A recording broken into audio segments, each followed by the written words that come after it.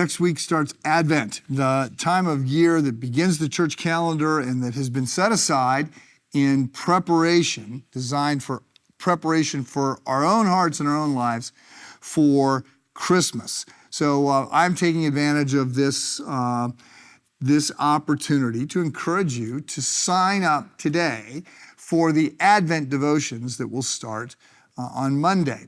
These are going to be led by Paul Fowler, who is the campus pastor at Lake Forest. He's written a book on Advent, and he is going to be marching you through the Advent season. You can sign up for these by going to christmasatchristchurch.com, and you can begin right away. So I look forward to joining you and using these devotions for my own, as part of my own devotional practices during Advent. And then I will be coming back in January when we're going to start the Big Ten. When we return to Exodus, and we're going to do the 10 Commandments. And that in devotions, I'm going to be preaching on different things, but we're going to call the 10 Commandments the Big Ten, not to be confused with the football conference, which oddly enough has 14 universities in it. But that's not my problem to solve. So let me set the stage for you. Advent is this 4-week-long period of preparation for the arrival. The Latin term is Adventus, and it means looking for the arrival, often of a notable person.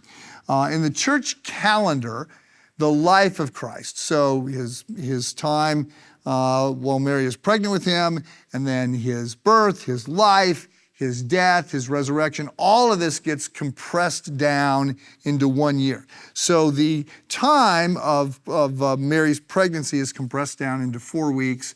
So there's this period between the announcement through Zechariah from the prophet, the announcement of the angel Gabriel to Zechariah and also to Mary that she is going to give birth. You've got 4 weeks then that is set aside before the birth of Jesus in the church calendar to prepare us for that. So Advent is a time of waiting, looking back at the first arrival of Jesus, but also waiting for his promised return. And Advent, little known fact, Advent is a dark period, which means we do it wrong.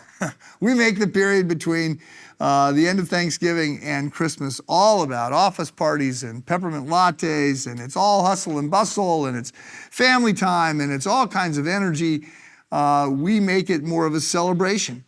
That's not the way it was set up to be. So there was a big distinction between Advent, in which we're sort of imagining the life of the Jews in the first century. They've been waiting for God to send the Messiah for 1,000 years, and now they've been in this radio silence between the end of the Old Testament and the beginning of the New.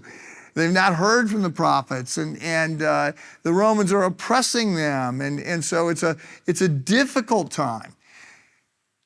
That's different than Christmas, but I just then want to caveat that by saying, however, as difficult as it is, they're not without hope.